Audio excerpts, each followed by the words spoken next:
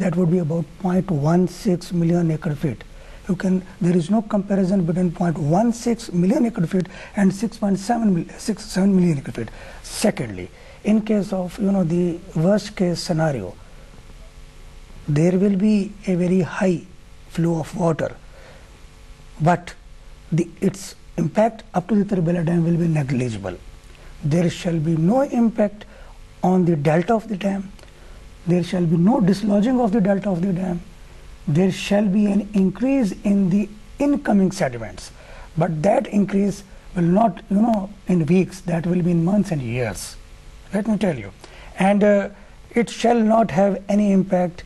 We have clarified and we have discussed this matter, and we have got various reports and various expertise and their comments on this issue, especially from WAPDA and in the context of the Bhasha Dehami Dam.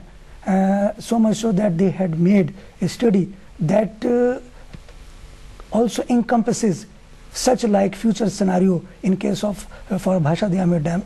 The dam shall be capable of taking that. Let me add to this.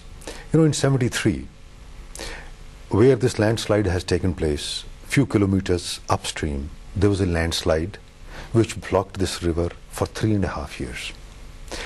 The capacity of Indus River is so much that it can very conveniently absorb maximum discharge. As per NESPAC study and as per WAPDA study, what is accumulated now in Hunza is fraction of the capacity of Tarbela, as well as the river Indus as a whole along its length.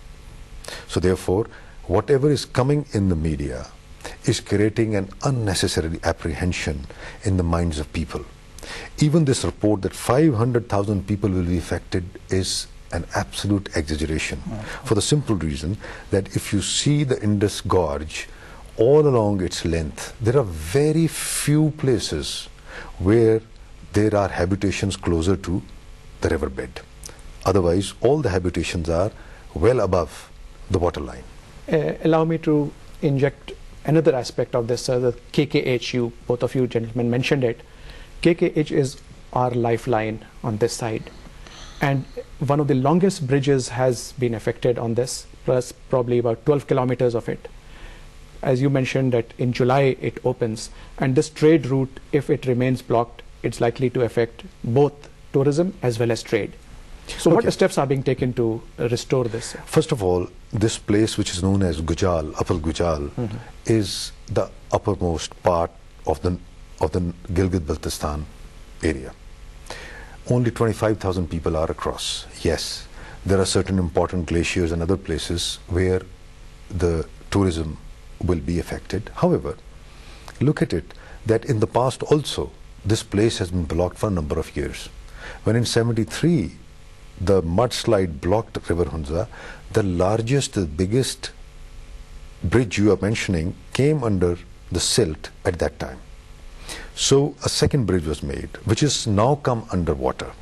There is a third bridge which is already coming up because of the realignment of this lake, which is yet to be completed. It is beyond this area. But the life has always been going on. So you have seen the boat operation. There are 15 boats which military provided. There are private boats which are running.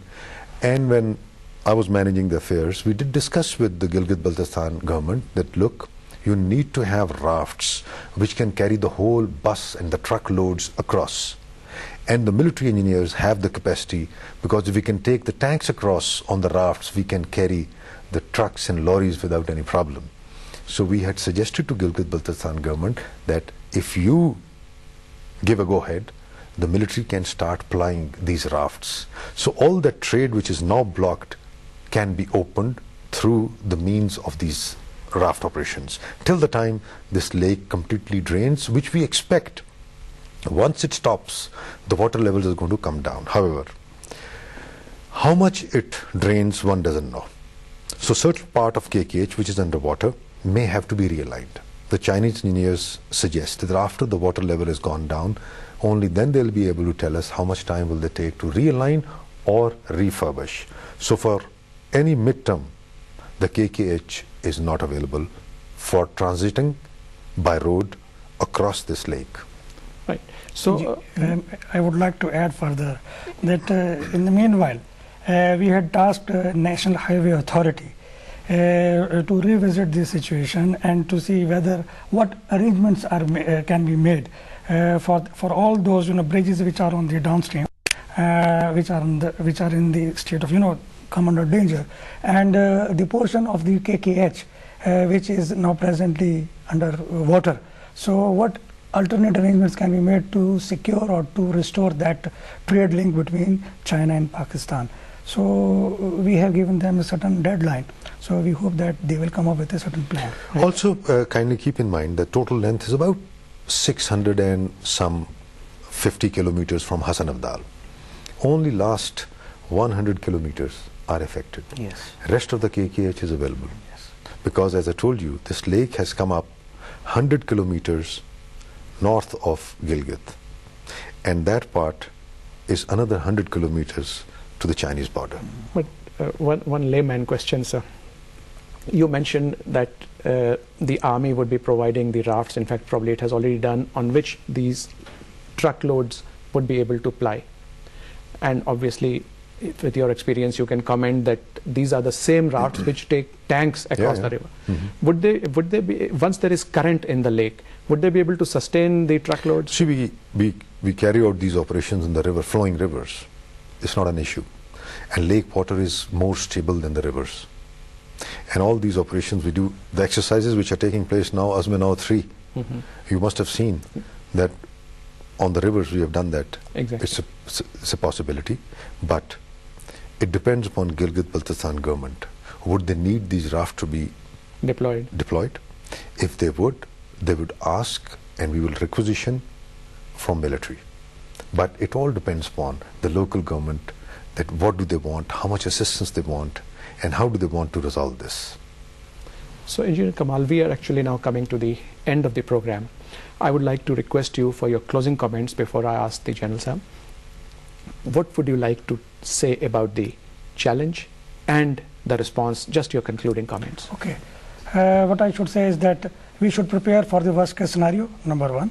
The worst case scenario was for 18:1 and 30:1. 18:1, that issue has over. 30:1 means when the spillway cut is 30 meters deep. We are just approaching that. So by that point, if there is a dam outburst, it will carry 2.6 million cubics of water. So that will affect the very first few kilometers. And the impact up to the confluence with the Gilgit River shall be, quite substantial. So for that very matter, the contingency plan already made on ground should be strictly adhered to, and the field formations and all the concerned organizations are required to be on their toes on 24-hour basis. Right, and you're regularly monitoring the depth as well as the flow. Of course. Your concluding comments, sir. I would like to reinforce what he has said, that all these contingencies were worked out.